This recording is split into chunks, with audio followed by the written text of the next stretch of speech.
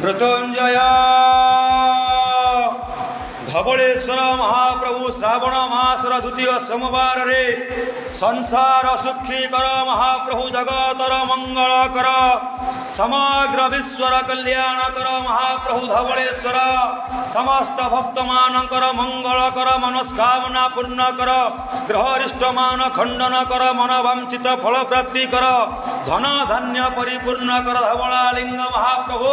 समस्त भक्त मानकर मनवांचित फल प्राप्ति कर हे धवलेश्वर निसंतान को संतान प्रदान कर धवलेश्वर रोगिणा को रोग मुक्ति कर तुम चरण रे जी जहाँ मानसिक पूर्ण कर हे धवलालिंग महाप्रभु